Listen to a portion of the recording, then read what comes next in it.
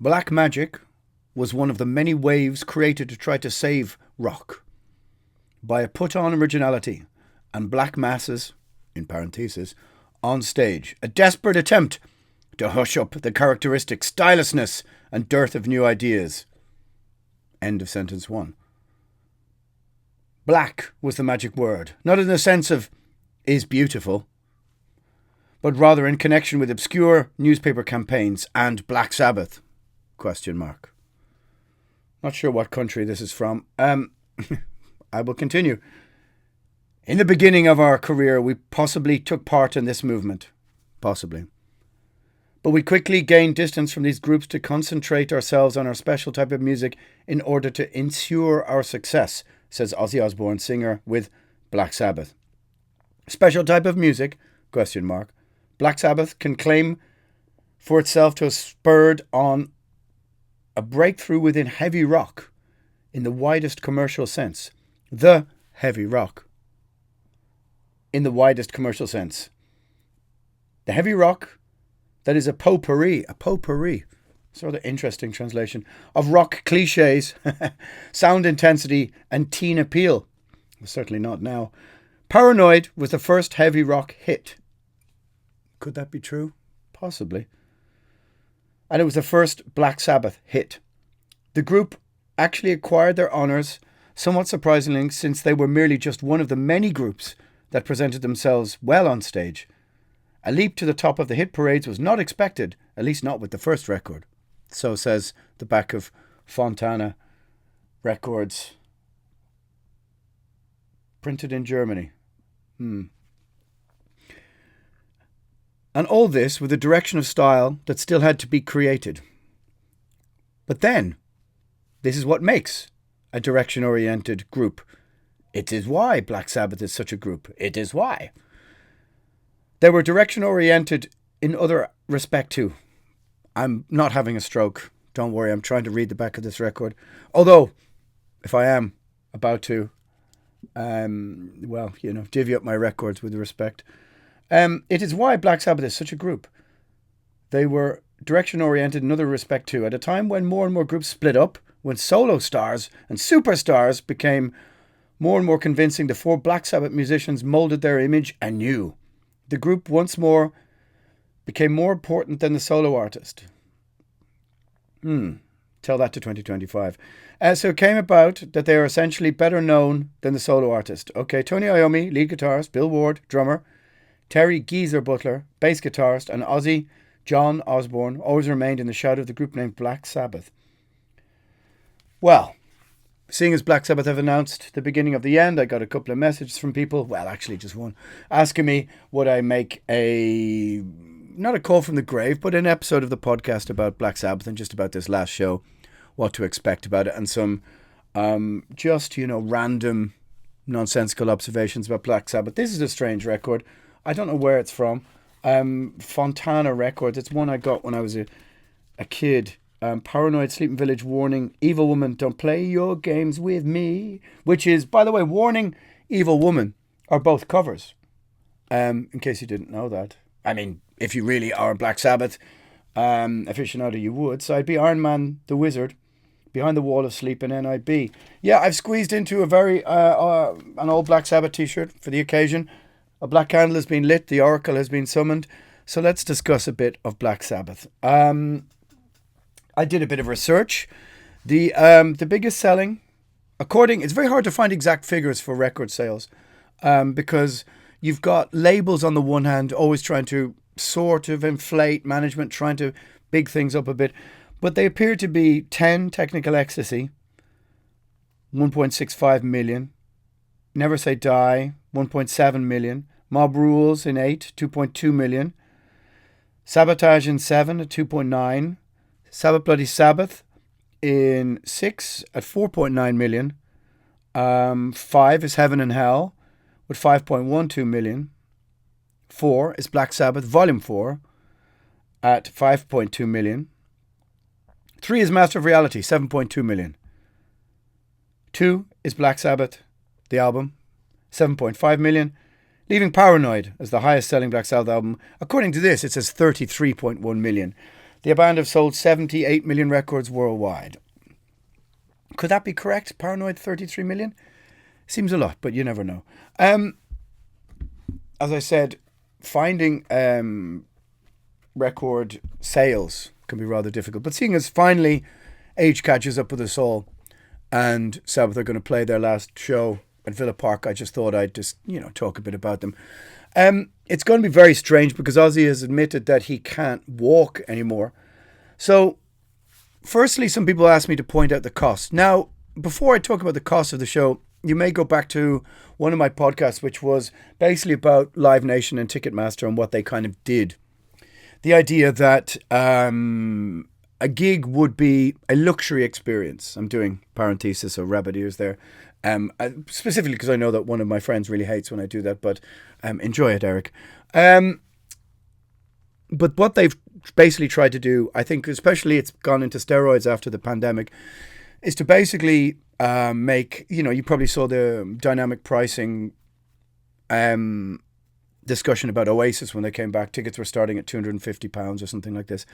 And the dynamic pricing, you could look into what that means, but what it seems to mean is that the prices swell with, how much interest in them there is. So not dynamic for you. That's not for sure. That's for sure. The idea of going to see a big band and not paying a couple of €100, what they've been trying to inculcate into the public by now. Hey, you're middle-aged. Hey, you're between 40 and 70. Look, you're just going to pay 100 to 200 quid for regular tickets now. And for more than that.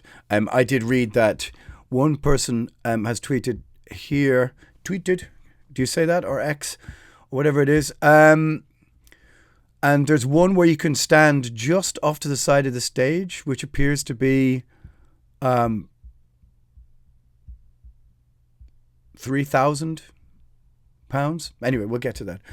But the point is that I probably should have found that bit before I started talking about it. But the point is that what they've tried to do is, I think, if you look at the way rock or metal or punk or whatever you want to say, or goth or whatever analog kind of forms of music, many of them cut their teeth in sort of, touring up in the length and breadth of the country, like Black Sabbath would have done once. Playing every, B, C, D division town, which had a hall to play in or a bar room to fill. And that was how it was. And rock had its working class roots because it was what you went to at the weekend to blow off steam from working hard all week. The difference is now in 2025, all those bands are legacy bands, or that they're very old and their fans are older, and they're certainly not, they're not working class really anymore, many of them, or it's not a working class concern. And it seems to me that the machinations of the pop music industry have taken over, in the sense that pop music isn't built on hard touring. It's not built on building up a tiny fan base in small, dirty, grimy, filthy places. Nor does hip hop seem to do that either. It's a rock and punk phenomenon. And you probably might have seen Oasis play in 1993 or 4 in Dublin, maybe for £8 in a small bar once upon a time. But that bar has long since been removed, and is long since, probably some high-end burger bar or something. All those rock's connection to its working class roots are gone. So the people who are kind of, I get it. Ticketmaster are here, Black Sabbath's final show.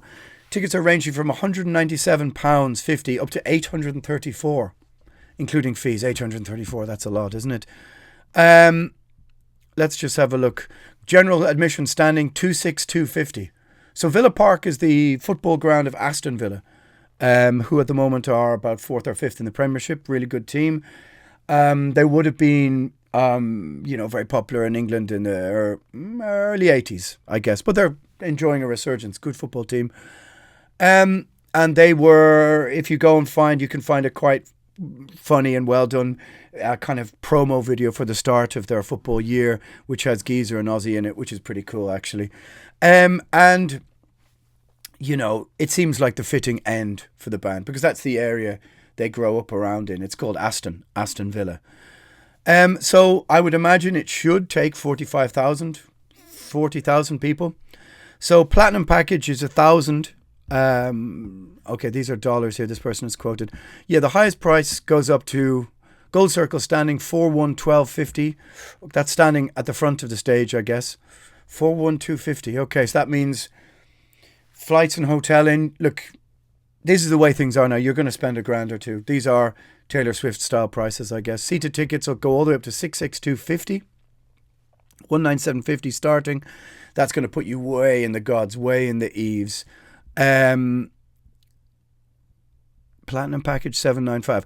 A fan on X, sorry Elon, not Twitter, has also shared what appears to be a screenshot of the cost of an ultimate side of stage experience, which will set you back £2,932.50.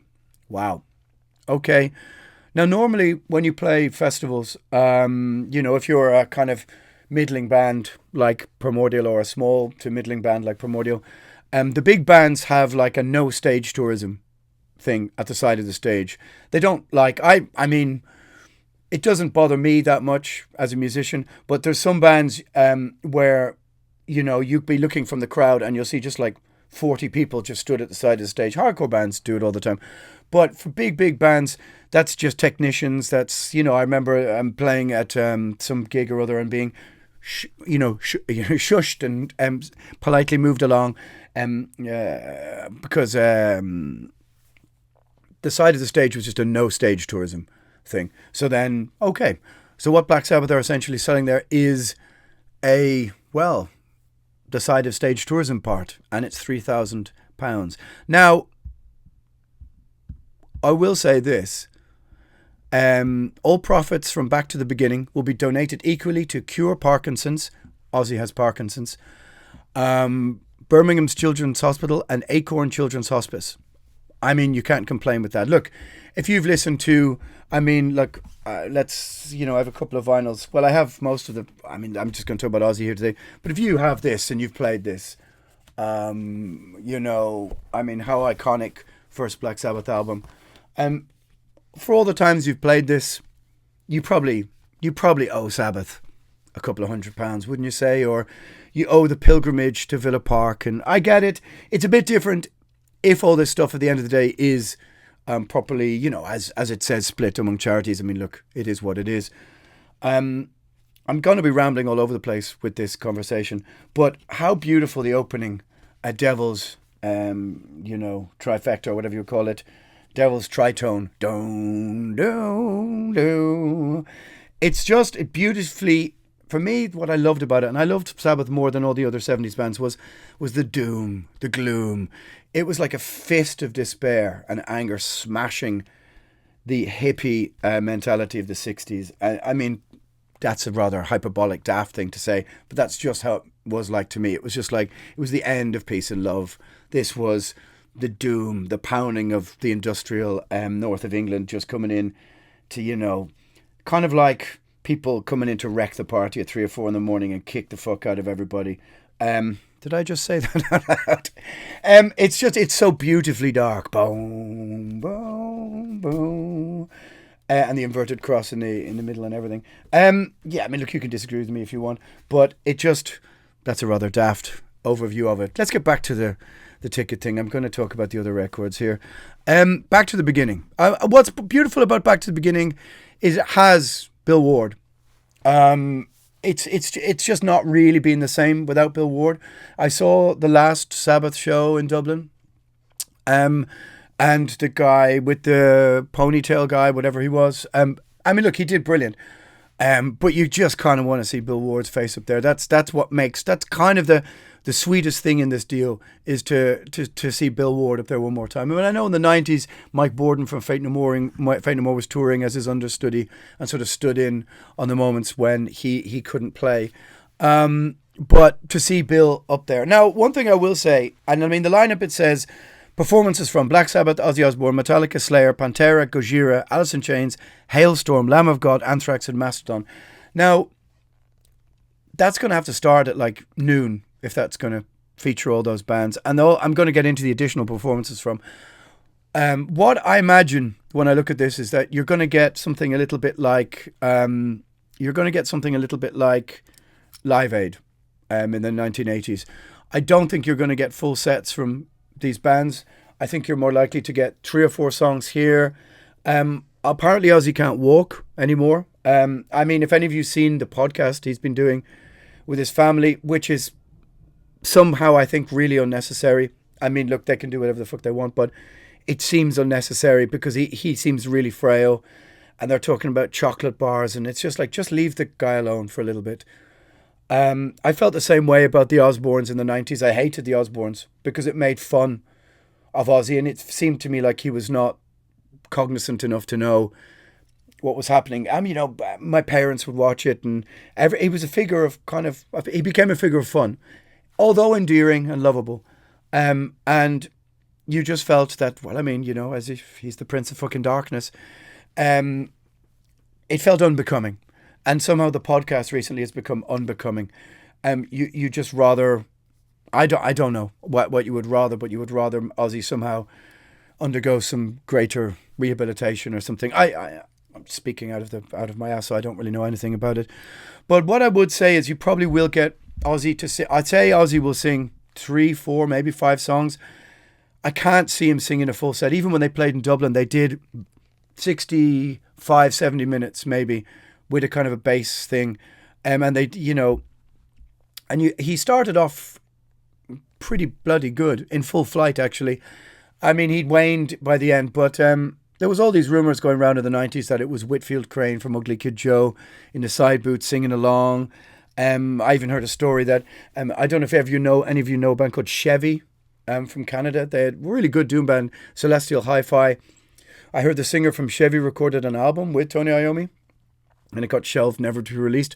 But there was some talk of them backing up his vocals. Now, that would be very hard to do on Ozfest or something, to kind of like sight mime along, and then whoever would be mixing would have to ride the faders. And you've probably seen things lately, like, you know, Paul Stanley struggling with the vocals. I think all of us who haven't been touring for 50 years and aren't in our 70s probably need to, you know, just shut the fuck up a bit about it.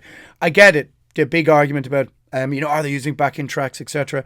Listen, if they were using backing tracks in 1979 or 1986 or something, I get it. But it's 70 odd years old. What they're doing is, you know, the songs, the drummer's playing to a click, a metronome, tick, tick, tick, tick, to say it in time. And the sound engineer at the front has to ride, you know, it's kind of like mixing in a backing track in with the main vocal. So the choruses have a little bit more body to them, and sometimes parts. Maybe Paul Stanley, I mean, look, what is he, 73?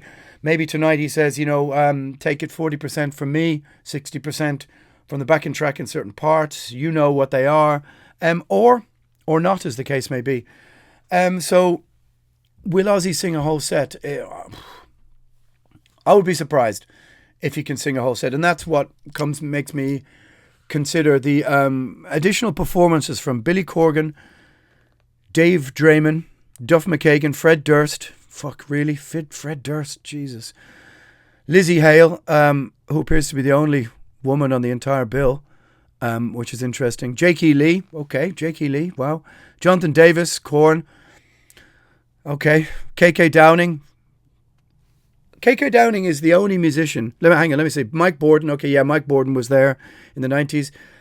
Papa 6, 7, whatever he is. Ghost. Rudy Sarzo. Sammy Hagar. Okay. Slash, Sleep Token. Okay. Tom Morello, Wolfgang Van Halen. Totally unnecessary. The only musicians there who are actually from the same generation of Black Sabbath is KK Downing and Rudy Sarzo. Yeah, Sammy Hagar as well, with Montrose in the 70s. That's quite interesting. And even in the bands they've chosen to support them, you know, they haven't gone for I don't know, I wouldn't imagine Deep Purple would support them or play with them. But they haven't chosen any bands from their vintage. I suppose a lot of them are dead. They're, you know, UFO or, well, there's some other 70s bands. But the support bands, Metallica, Slayer, Pantera. I mean, Metallica, Slayer, Pantera, Gojira, Alice in Chains, Hailstorm, Lamb of God, Anthrax, Mastodon. I mean, it's a very 80s, 90s heavy support list. Like I said, yeah, there's not much rock and roll. There's not many rock 70s contemporaries on there. I mean, like I said, who would you choose to be there? I mean, there's no Rush anymore. There's no whoever else. So maybe this is just how it is. It's a lot of people. That is 1, 2, 3, 4, blah, blah, blah, blah. Almost 18 guests. Now, my guess is that they're going to come out and sing or half sing Sabbath songs with Ozzy. Maybe Ozzy doing line back and forward, or, you notice they're almost all singers. Well, I mean, what the fuck is Fred Durst going to do? I don't know. That seems a bit unnecessary. Sorry, Fred. Yeah, so I think for people are going to get a little bang for their buck. They're going to get a lot of people on stage and going like, holy fuck, it's this, that, and the other. As for whole sets, I mean, I can't see Metallica playing 80, 90, 100 minutes. So if you're going to go there and you're going to expect a whole Gojira set or a whole Mastodon or Lamb of God set, my feeling is they'll be doing truncated 20, 30, 40-minute sets. Interesting choice of people. It's odd. I mean, just been looking at the this won't do very well if you're just listening to this on a podcast, but let's have a look at this. What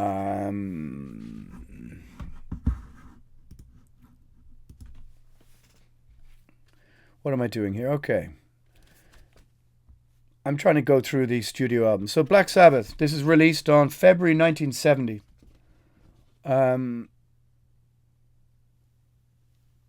The first album. I mean, so iconic. What's weird, like I said, is, you've got 2 covers on side B, Evil Woman and Warning. So a lot of labels back then used to use up-and-coming bands to record covers of bands from, say, the opposite side of the Atlantic or something like this, or somebody who they used to trade songs via management and stuff. And like Sabbath would have had no say in how the record looked, anything. Engineered in a handful of days, as the story goes. Still falls the rain, the veils of darkness shroud the blackened trees, which contorted by some unseen violence shed their tired leaves. I mean, this is written in the inverted cross in the middle. Yeah. Evil Woman, Vegan Wagner, and Morshed Jumkowski Hickling. Album design and photographed by Keith. Well, whoever you are, Keith, you did a fucking amazing job. I mean, at the time, I think a review said it was like a ton of heavy metal in your ears, which is where the term I read, or at least Geezer said it, heavy metal comes from. Absolutely iconic. And like I said, I got a bit excited earlier explaining the opening Black Sabbath, but the rain pouring down and the bell and it just, for me, it's the epitome of heavy metal, that song. The epitome of doom metal, but just like doom in the true sense of the word. It's so true, you've got to make a Satan's claw with it. And yeah, it's like just the crushing of hope in 3 notes. And that is the most beautiful thing. Paranoid, released the 18th of September 1970. So, like many bands in the 70s, AC/DC, Lizzie, Rush, they cranked out 2 albums in 1 year. This came out in 1970. This is not really a call from the grave. It's just, I'm just going to look at them. Dog shit cover. Like, what the fuck is going on? The logo sucks. The logo's like the Flintstones or something. I hate it. It's like a guy in a crash helmet with it's not really a sword, it's a scimitar. Good name for a speed metal band, Scimitar. TM. But it's got a pink and yellow, and then he's on the back. But, I mean, look at it. Look. War Pigs, Paranoid, Planet Caravan, Iron Man, Electric Funeral, Hand of Doom, Rat Salad, Ferris Wheel Boots. And the production is, I mean, that's fucking so iconic. I don't get bands that look like that anymore. Look at something like, I'm not even going to start complaining. Let's just stick with the positive stuff. Produced by Roger Bain for Tony Hall Enterprises. And the weird thing is that Sabbath would then comes to say by Volume 4 that Roger Bain didn't really like the way he worked, which is insane because the production here is just, it's on another planet. And what's even annoying, album design and photography by Keith. Keith, one out of 2. What are you doing? Obviously it didn't matter. Paranoid, Paranoid was written, they said, in 20 minutes. And yeah, it's almost like the first gong, gong, gong, gong, gong, gong, gong, gong, gong, gong, the palm muting. It's almost like you can hear every Megadeth and Metallica already coming from that the chug. The chug, you can hear it. And the rest, electric funeral. It's giving me what do you call it? Chicken skin? That's not the right expression. You know what I mean? I'm just thinking about this record, thinking about listening to Electric Funerals, just giving me goosebumps. Anyway, what else have we got? Master of Reality, 6th of August, 1971. So that's 3 albums in a year. No, what am I doing? That's volume 4. Fucking get your shit together, Avo. Of course, I haven't got these organized and prepared. Master Reality. This is the proto more sort of doom, stoner doom record, I suppose. I mean, it's the artwork. Keith, is this you again? Art direction, Mike Stanford for the Bloomsbury Group. And I have to apologize for taking out volume 4 there instead of Master Reality. That's a black mark. It's interesting, the lyrics here, you know. I mean, Children of the Grave is, we're verging into what thrash metal became. This is archetypal heavy metal stuff. After Forever. Sweet Leaf, all right now, won't you listen? I mean, come on, Sweet Leaf. This isn't very good podcasting, actually, to just stop and read the lyrics. And produced by Roger Bain. Okay, so Roger Bain there does these 2 records. This has got a meaty bass tone. It's a very, I mean, look, all these first couple of Sabbath records, what can you say? They're all 10 out of 10 records. I'm not really doing a very good job of this, am I? Anyway, here we go. Volume 4. Again, absolutely beautiful.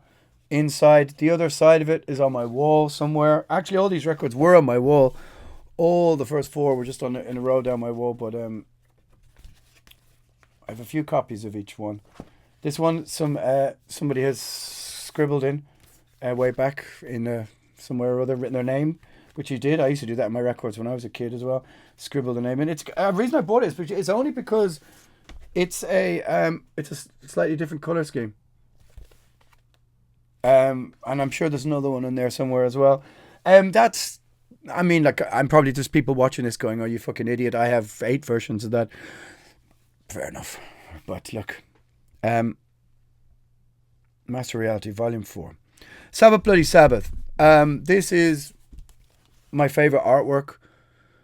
Everything about it's fucking evil. Look at, the 2 SS as well in the logo. Somebody was taking some fucking nasty drugs when they drew the 666 on the bedpost.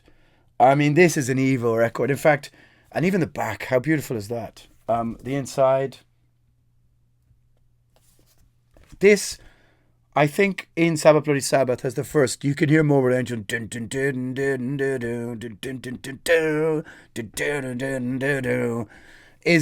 That's a death metal riff.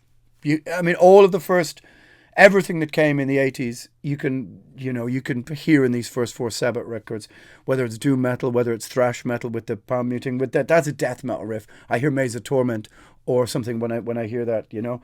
And this used to be my favorite of the first few. Probably still is.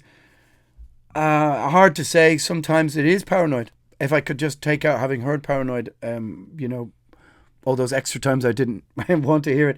Spiral Architect, Looking for Today, Who Are You? I mean, I think the keyboards are done by, what's his name from Yes, are they not? Art direction, Patrick Meehan. Is that Patrick Meehan?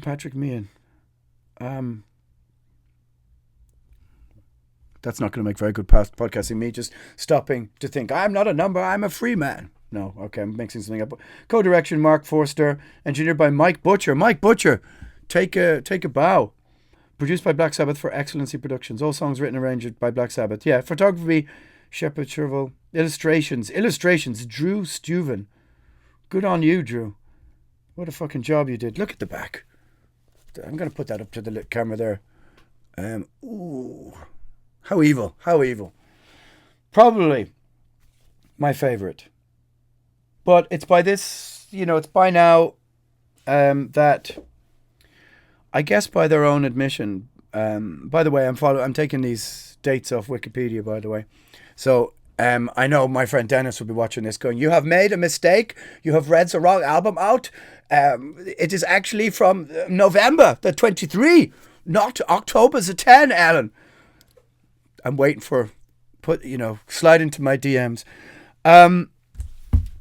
But one thing with Black Sabbath is that, you can see Bill's underpants are coming through what you can see with Black Sabbath is, in the beginning, the doom and the gloom, you can hear the north of England. You can hear the, early to mid 1970s in England. You've got the IMF came into the country, I think, in the early 70s. They went to a 3-day week, I think, for a while. It's a lot of economic turmoil. There's a lot of rioting. There's a lot of violence. There's not many jobs. The old institutions from the post-Second World War or early 20th century institutions are crumbling. And England is having a pretty hard time in the 70s. And you can hear this, I think, in Sabbath, the industrial doom. And we can hear frustration and anger and a kind of, hatred, a kind of boiling anger in that early Sabbath. And by the time they've done a couple of American tours, they've got, oh, wow, the sun shines in California. What's this white powder? Okay. You can see how they've swapped, let's say, the speed and amphetamine of the late night dance halls of Birmingham in 1970 for the cocaine and the beach of California by 1974. The music, by the time you get to Volume 4, has started to feel less, of course it's still stoned, but it's a different kind of stoned. It started to feel a little bit less weighty. At least that's how it sounds to me. And Sabotage, which I have here, which is a really good shout. Like, it's an underrated album for Best Sabbath album. The cover, what the fuck is going on? The cover looks like, to me, this is like, get in the fucking picture, you dickheads. Let's take something. Does anybody have any other ideas? No. Right, this is the cover. Now fuck off on tour. That's kind of how it looks to me. Hole in the Sky. Oof, it's at this record, though, maybe has it got the best guitar tone? Maybe. This in Master Reality, maybe. This one is a big bastard sounding Symptom of the Universe. In Symptom of the Universe, you can hear like Discharge and, it's Megalomania. Yeah, okay. Don't Start Too Late. Hole in the Sky. Woof. Thrill of It All. Brilliant. Superstar. Superstar's super weird. Am I going insane? Great. The Writ. Whoa, The Writ. Again, goosebumps just thinking about The Writ. Produced by Black Sabbath, Mike Butcher. Okay, so Butcher, fair play to you. Did those two in a row. Album cover concept, Graham Wright. Graham, I know you were probably being pushed, but come on. Art direction, Cream. Don't know what that means. Bill, Ozzy, Tony Gizu would like to thank Spockwall. Okay, blah, blah, blah, blah, blah. It's the last great Ozzy Sabbath record. I think we can say that without too much, without being too controversial. If somebody said to me, argue with me, this is the best one. I'm not sure I could. Yeah, I might have to agree with you. It's got a strange sort of kind of, maybe this is the record where, what's his name from Yes plays on. I can't remember his name. The blondie haired lad. There's a lot of kind of instrumentation and keyboardy stuff going on. A lot of that going on, and it's got a sort of a scope. It's like a bit of the kind of weed fog cleared a bit for this record. It somehow seems a bit more focused sonically. I mean, what can you say? It's here now. I realise I don't actually own Technical Ecstasy and Never Say Die. Well, I do, but I bought them on cassette when I was a kid. one of those kind of, you know, I'm pretty sure it was like a double cassette. You used to be able to get those two cheap ones when you were a kid, which had a double cassette. Technical Ecstasy is arguably, in my opinion, the worst Black Sabbath album. I do quite like the artwork. Never Say Die has the song Never Say Die, which is a killer. Johnny Blade, which is killer. Technical Ecstasy kind of sounds like bands sort of running out of ideas, you know. They're kind of trying to do different musical territory. And the pop ballad It's Alright, which I think is just shouldn't be doing that, you know. It's Alright was the first single. Wow, really? They put that as first. That's a fucking. They're trying to do like what's that song? Kiss drummer sang. Girl's name. Answers in the comments. Beth. Ugh, come on. The sessions proved extremely relaxing for everybody except Iommi, who was left to oversee the production while the others sunned themselves on the beach. Yeah, there you go. Recorded the album in Miami, and nobody would take responsibility for the production. And this is, you know, rock had just spawned a new set of iconoclasts as the Sex Pistols, the Clash, and the Damned. And Sabbath found themselves unsure of their musical direction, labelled as has-beens. Yeah, it sounds like this on the record. This has like Dirty Women on it, I think, as well, which oddly enough was in their live set when they played that last time. The subsequent 1977 tour in support of Technical Ecstasy, the band was supported by AC/DC, and apparently they didn't get along very well. Wow, AC/DC coming up in 1977 to a Black Sabbath unsure of themselves. I think we probably know what happened there. And then the final album, released 29th of September 1978, is Never Say Die. It's an upturn. I'm going to have to put up a picture up of it or something because I don't have every cassette I ever owned from a kid knocking around here. I must try it. Maybe did I look hard enough? Probably not. You've probably realised I'm just speaking completely off the cuff about these things. Never Say Die. The title track is brilliant. It's a sort of gonzoid, kind of daft, uplifting song with a kind of almost I'm not going to say disco-y shimmy, but it's got I think it's got something that glam rock bands maybe took a little bit into the mid 1980s, you know. I could see Motley Crue or something singing it, you know. Sorry if that really if that really offends some Sabbath fans. Hey, it's not a bad record. I mean, you know, Johnny Blade and other stuff, like I said, but it's near the end. I mean, there are, again, the cover. I should have mentioned the cover singers I was giving out about them. This is a Hypnosis cover, who did like the Pink Floyd and stuff, as well. Singles Never Say Die, Hard Road. Hard Road's not a bad song either, actually. The cover with the two sort of fighter pilots. I don't really know what's going on there. It's become sort of iconic. I don't hate it. I quite like Technical Ecstasy cover as well. But it was the end of things. Junior's Eyes, eh? And that was it. Then, you know, I think everything became pretty untenable after that, and Ozzy got kicked out. Dio came in. The rest of that is history. And then Bill Ward lasted one album with Dio, and then he left as well. And, you know, I suppose I should mention the final Black Sabbath album, 13. 13, which was released 10th of June 2013.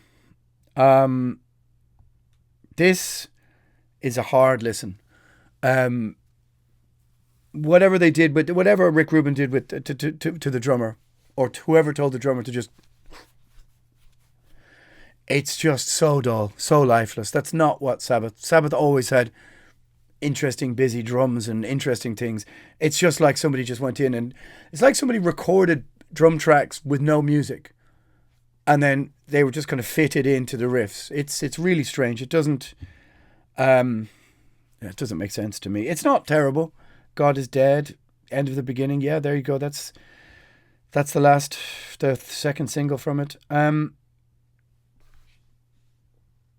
Bill Ward decided not to participate in the reunion due to a contractual dispute. Well, that's sad because it certainly missed him. And that's it. And there you get back to the beginning.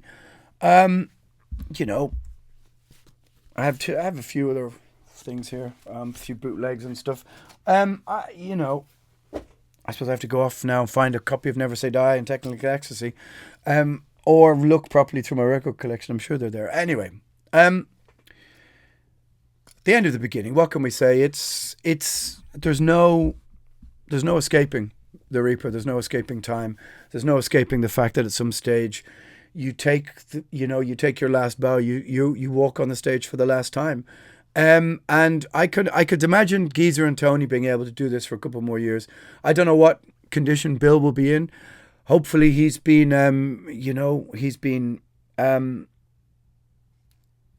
hopefully he's been getting down to it and rehearsing. And geez, that sounds ridiculous thing to say, but you want to see a top form Bill Ward. Would be beautiful to see him go out just like on an absolute high, because he's been missed, you know. Ozzy, you just hope, you really hope, and there's been plenty of gigs where we've seen, I mean, to see Motorhead at the end was hard, but you got to respect Lemmy. He wanted to go out on stage. He was a rock and roll warrior. He wasn't going to give in and just go and retire out and sit on the beach somewhere. He was going to go die with his boots on, and that's the generation these guys are from. And I don't think they need our pity, or they need our... It's going to hit you a bit there when you see a very debilitated Ozzy, I think, get up there and sing those songs. But this is how they're going to go out. And, you can complain about the prices. I get it. It's 2025. It's not 1995. It's not 1985. And this is a huge bill.